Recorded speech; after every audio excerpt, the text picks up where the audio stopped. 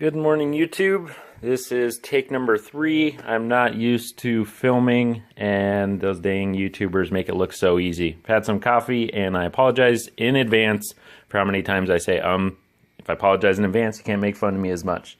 So, a little bit of backstory on me. I had a bearded dragon about 6 years ago. It passed away when we moved into a new house, and the heater failed, dropped to 50 degrees, and she died pretty much instantly. So, as sad as that was, after doing some research, I'm actually kind of glad that that happened that way, because I can't promise that I would have done more research into what I was feeding her, which I went to go start doing research on now that I'm getting another bearded dragon here in about 6 months, and found out that what I was giving her was basically moisture and not a whole lot else. It was like a moist, advertised as a full bearded dragon diet. And she was getting the calcium, the multivitamin, and probably not as much as mixed veggies as she needed. And I read that Dubia were a really good choice for a bunch of different reasons. I won't really reinvent the wheel, but basically they don't stink as much as crickets. They aren't going to infest your house.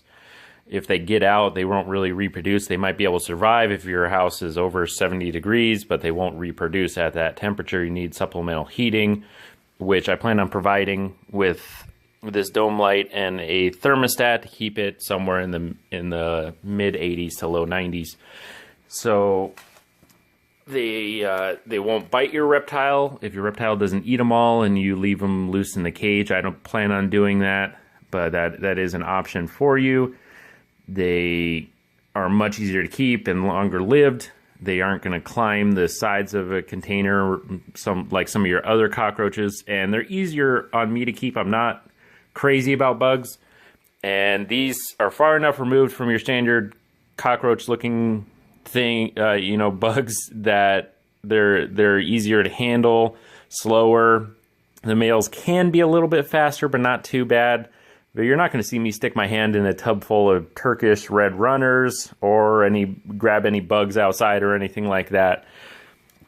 So with that being said, the diet that I was feeding in the past, as most people would suggest, even on videos that I'm seeing posted recently, is a high protein diet.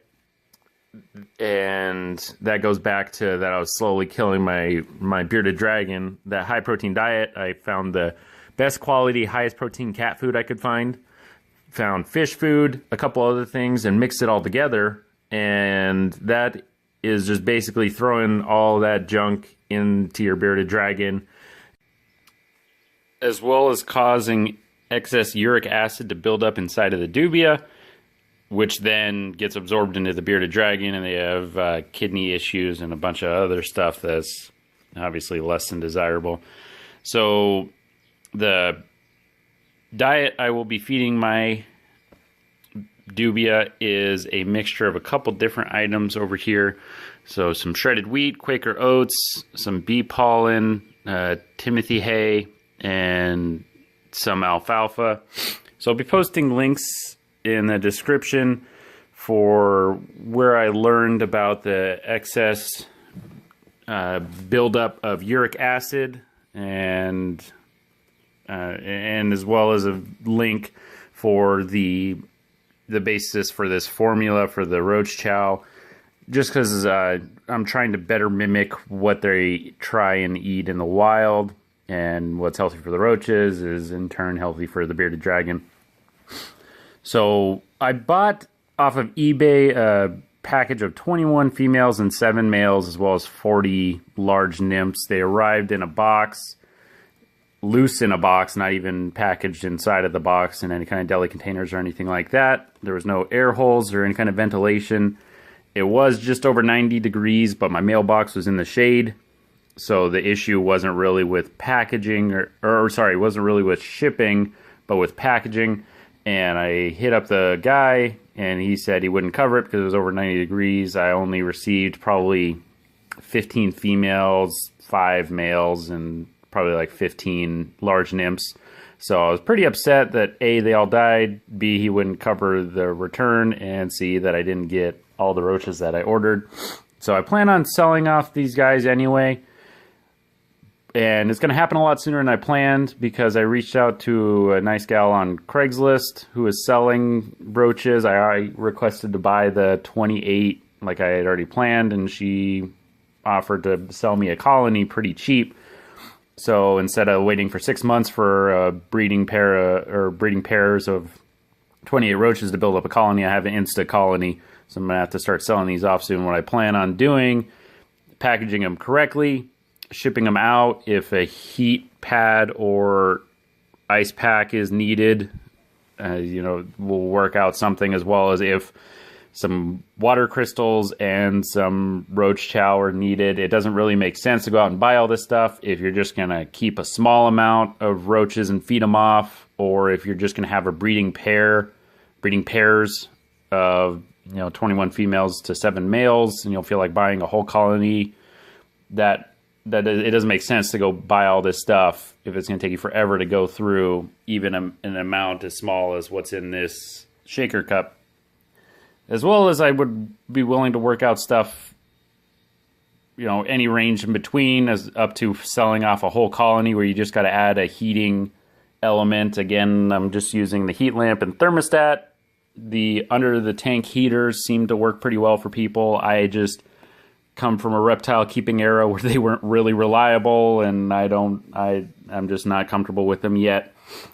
So to that end, I bought this colony last night, and they came in a 25-gallon. I just took the tub with them just because she was selling it. She didn't care if she got rid of it or not, but I already had this all set up.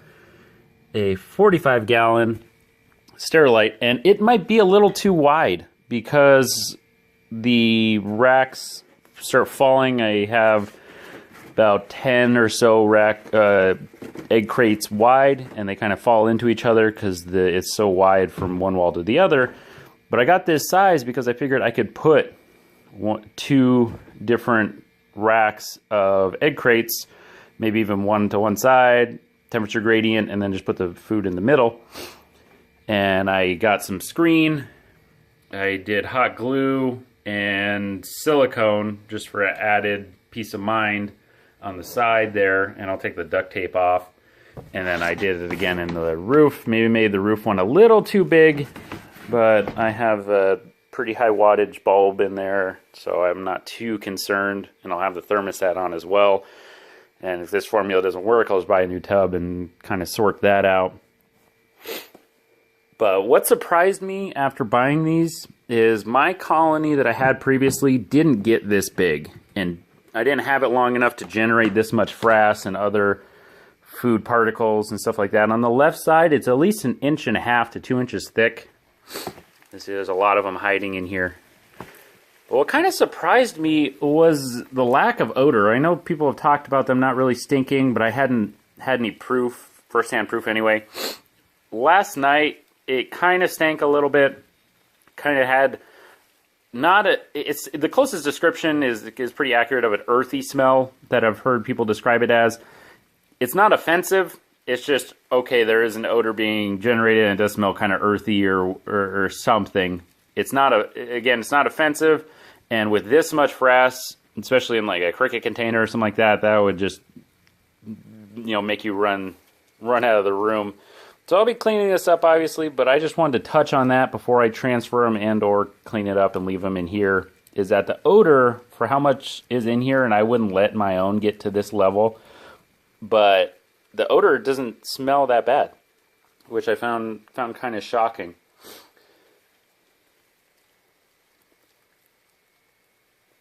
So again, I will change my description or post a follow-up video with how I plan on selling off the roaches. I'd like to package them a little bit better than the ones I ordered on eBay, as well as be a little more open to working with people for what exactly you're looking to order. So I'll kind of decide on some prices before I really make a go of that. I'll have a PayPal account set up and have packaging all set up so that I have an idea how much shipping would run, but I don't plan on really making this a full business enterprise, just kind of covering costs of upkeep and stuff like that, and I'll have more than I'll know what to do with.